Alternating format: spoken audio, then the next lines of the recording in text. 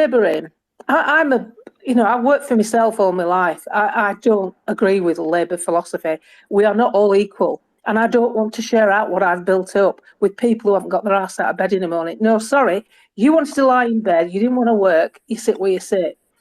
There are other people that we will look after who are in a position because of disability or whatever that do need our help. But at the end of the day, the Tory party are not going to save you from Labour because both parties have been infiltrated by this mediocre set of chinless wonders that just want globalism. That, as Sally said, love China, but don't admit it. There's only one, the goon that's in the Chancery, and he'll admit it. I mean, the guy was all over China. He thought China did lockdown the best. And we are going to be speaking bloody Mandarin if we're not careful. So don't trust the Tories. The Tories are not saving you from Labour. That's my point. And it was really due to a point that someone else made before Alan spoke. Labour aren't going to save you. What's going to save you? People like Reclaim Party, Andrew Bridgen getting his seat, the Together Declaration, the Nurses 100,000 not letting go because they're going to have another go at you lot, that's for sure. And people in these fractional movements that are standing up for what's right, challenging the College of Policing like Laurence did and winning, getting a chief of police sacked. It's another win. It's another victory. Matt Hancock had to go away with his bloody tail between his legs because he didn't get the health passport out. Another victory. We are getting victories all the time. We're the resistance. The revolution is within the resistance. So do not trust the Tories. They are not Tories. They're trading. It's the globalist party trading as the Tory party. That's it, really. How I ask myself and everyone listening, does June challenge the voice of the people of the world? Everything that June says, I find helpful and reassuring. So I will always make space for June on these in these arenas. So thank you for that, June. Sean, who do we have with a hand up? We're going to BJ Dichter now from Canada, from the truckers. BJ, good evening.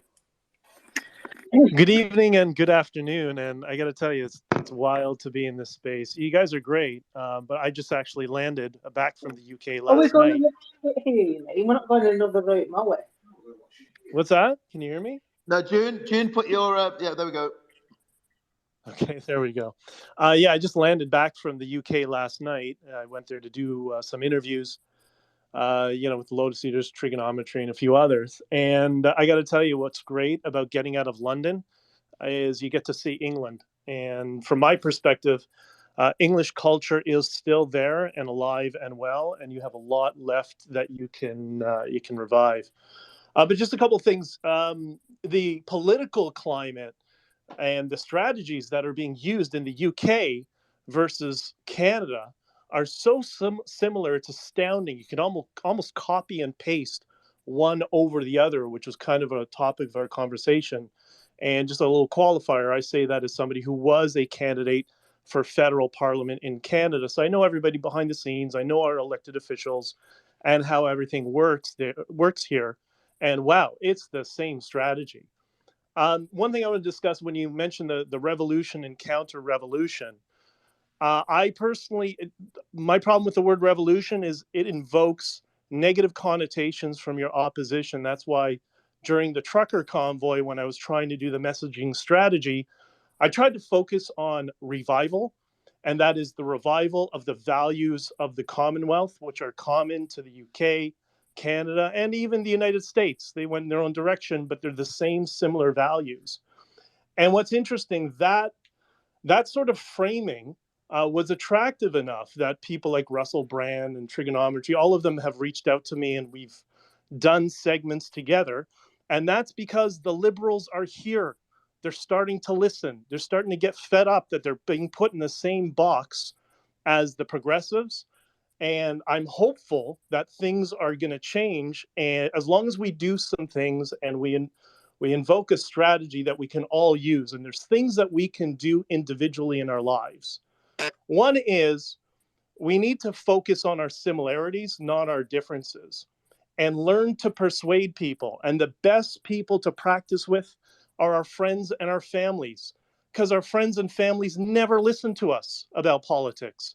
But we can practice with them and slowly over time through repetition, bring them over. For a lot of us, we like to go on the internet. We like to yell and complain and post and whatever. And that's great. That's important.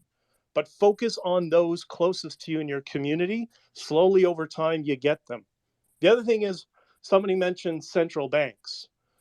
And this is important because during the trucker convoy, the $23 million that we raised, of all $23 million, most of it was blocked by the government and the banking system.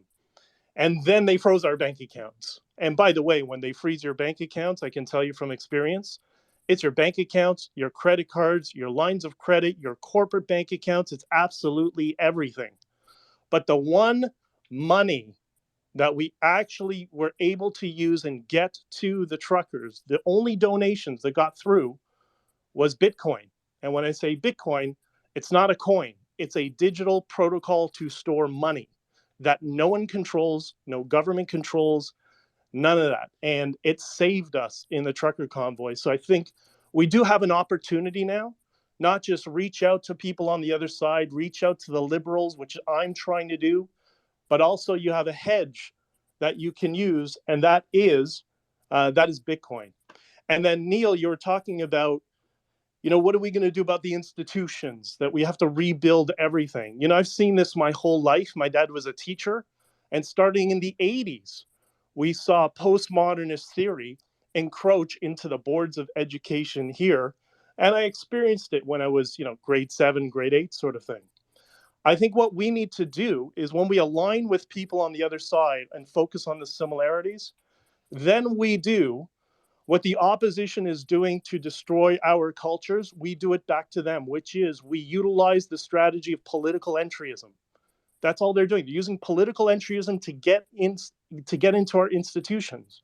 Well, how many people here have applied for a job to be a diversity officer? The best way to protest is absorb and amplify. They want clown world rules. Great. We can engage in the opposite direction. And if we're doing that with the support of people who are more liberal or on the left side of politics, and we focus on a similar frame, then we'll win.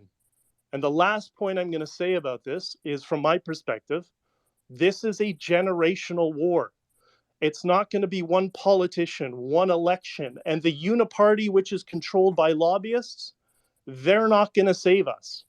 What they are going to do is they're going to follow a very large part of the voting bloc that has decided to unify on the basic principles of freedom, which is what I think we need to build over the next several years. Any thoughts? Everybody who thinks I'm wrong can tell me right now. Go ahead. BJ, do you think, as others have said earlier, do you think the counter-revolution, I think I know the answer, but do you think the counter-revolution has already begun? I think, I just floated the word last week. That's partly what's instigated what we're doing here tonight. I just floated the word to see what people would say. But I think I'm actually very late for the bus. That the counter-revolution is actually already underway against what's been going on, because I've always thought for the longest time that it would have to fail because it's anti-human and it's anti what most people fundamentally care about. BJ, Sean here, just before you respond, Dr. Thomas Binder earlier said, for exactly the same reasons you talked about the negative connotations of revolution, Dr. Binder talked about evolution. So you can play that into your response. Yeah, Neil, firstly, I agree. It's already started. That's what the Freedom Convoy in Canada was. And the 30 plus convoys that started, 30 countries around the world that had convoys that were in support of us as well, dealing with similar situations in their countries. So I think it's already started. I think the trucker convoy was the first big global step that brought everybody together. Despite what the fake news said, we had people from across the political spectrum there. So yeah, I think it's already in motion, and this is going to go on for years, and we have to be prepared for a long fight. But I do maintain, like, what you know, the number one thing I learned doing all those interviews and the 3 weeks of chaos and everything almost collapsing around us every day was the power. And this sounds a little woo-woo, so forgive me, but the power of focusing on those 4 pillars that we had at that protest: peace, love, unity, and freedom. And you can throw in hope in there as well. People just want a better future. This is what I was so frustrated with the Conservative Party in Canada. I kept telling them, but when I was a candidate too, I'm like, give them a positive vision, sell a future. We don't have a future anymore. Everything is about how the other guy sucks. That is not inspiring for people. But when you focus on a positive vision and positive emotions that people are addicted to, peace, love, and hope and freedom, then you get people on board. Now you're starting to inspire people. When you inspire people, they will listen, and that's how we unify. Yeah, to me, the truckers, the Canadian truckers movement has never gone away. To me, my abiding image is of the long lines of vehicles, going through that snowy landscape, cutting a line, as it were, that defiant line through the white, through the snow. And that's never gone away from me. And I've much more recently become aware of the way in which it inspired a similar response in New Zealand. So far away geographically, and there were 70-kilometer long convoys from the north of the North Island and from the south of the South Island that converged, in the middle, in Wellington. And we were not invited to know about that. We here in Britain, we didn't see it covered on the media at all. And it was only subsequently that I was made aware of it. And so I am being made aware and mindful of the fact that the revolution started long ago. The meaningful push against what's been imposed against us has been, started long ago. And so what you're saying, I completely concur with, and completely. But you know what else, Neil? In that first week, I think one of the only, if we can call it legacy media, one of the only legacy media platforms I went on was GB News. GB News and a couple other, I think Newsmax and whatever. The rest of the time, from the very beginning, I banned the legacy media from our press conferences. And I did it intentionally because I wanted to bait them into talking about us. And once I banned them, then they would shut up about, hey, we were racist, I'm apparently a Jewish neo-Nazi, and homophobes and all this sort of stuff. And it was great. That's exactly what I wanted, because I was going after alternative media. I was trying to get 100 million views in that first week.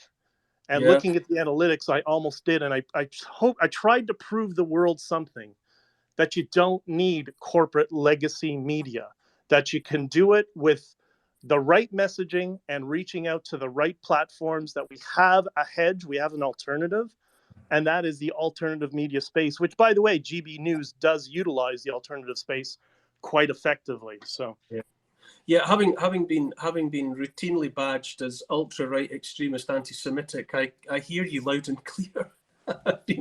Sometimes I think if you haven't had those epithets applied to your name, to your handle, then you're probably not doing something right.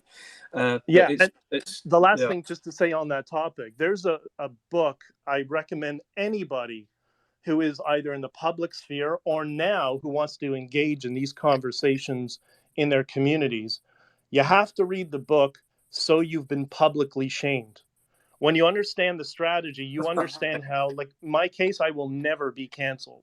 If you understand how to fight against it, then we don't get so fearful. And then you can talk openly with people. And you do too. By the way, Neil, you're very popular here in Canada. You have a lot of supporters here. We all love you. And we all got your back. So continue what you're doing. And, when they start calling you names, all that means is you're winning, because we've engaged in a war. They're going to call you names. So I look to them to call me names as much as possible, right? Yeah, absolutely. Winston Churchill said, if you've got enemies, you've stood up for something.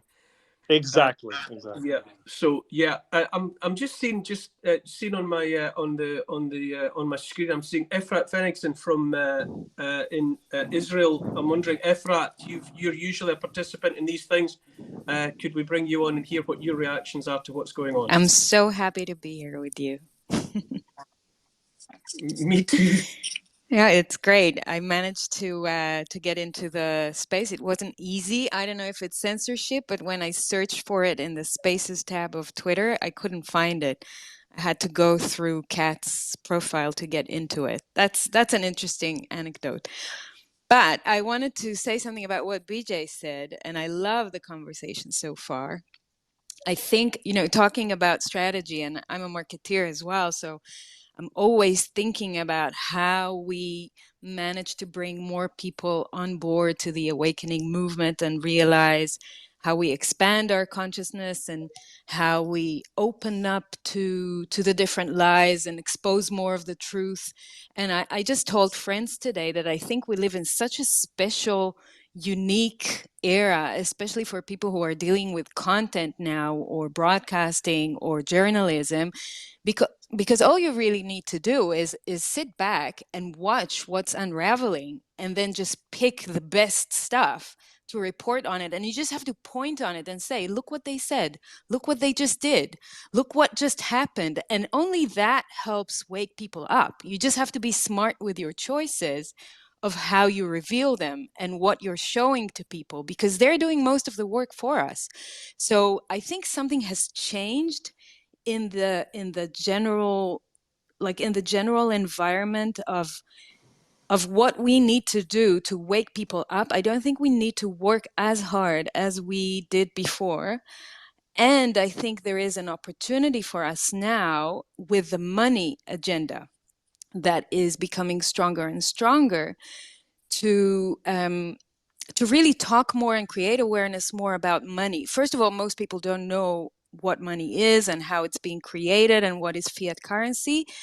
But then also, as BJ said, they're not aware of Bitcoin. They're not aware of alternatives. Most people are very interested about gold. They don't know how to invest in gold and how you go about it, where you find it, how you store it, etc., etc.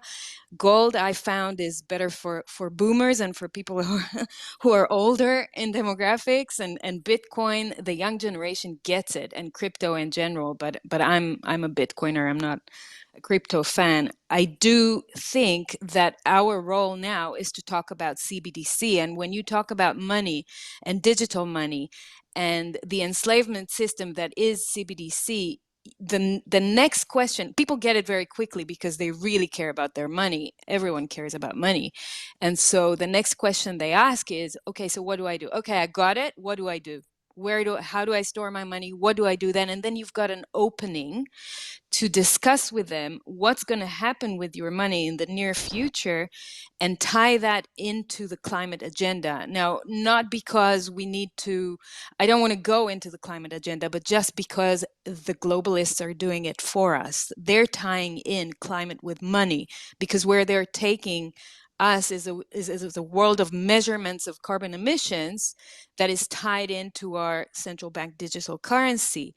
I'm going to be speaking about that in the Bitcoin conference soon, because that's what I love about this era that we live in. Now the timeline of Bitcoiners is meeting the timeline of those who were awakened from COVID and learned about the climate and then about CBDCs, and we're meeting and we're realizing that there are alternatives. We just need to learn about them. We need to open our heads and we need to start embracing new solutions. And for people who are telling us, okay, but you're a conspiracy theory or whatever, you just show them the latest global finance summit that happened in Paris in June, the end of June, where Macron himself said we need a financial shock because the current monetary system in the world is not suitable for the climate crisis that is happening right now. That they're tying those two topics for us.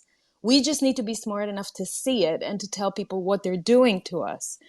So I really think that, at least that's my mission. What's working for me is to be hosted in as many podcasts or platforms that will allow me to voice these things to people who are not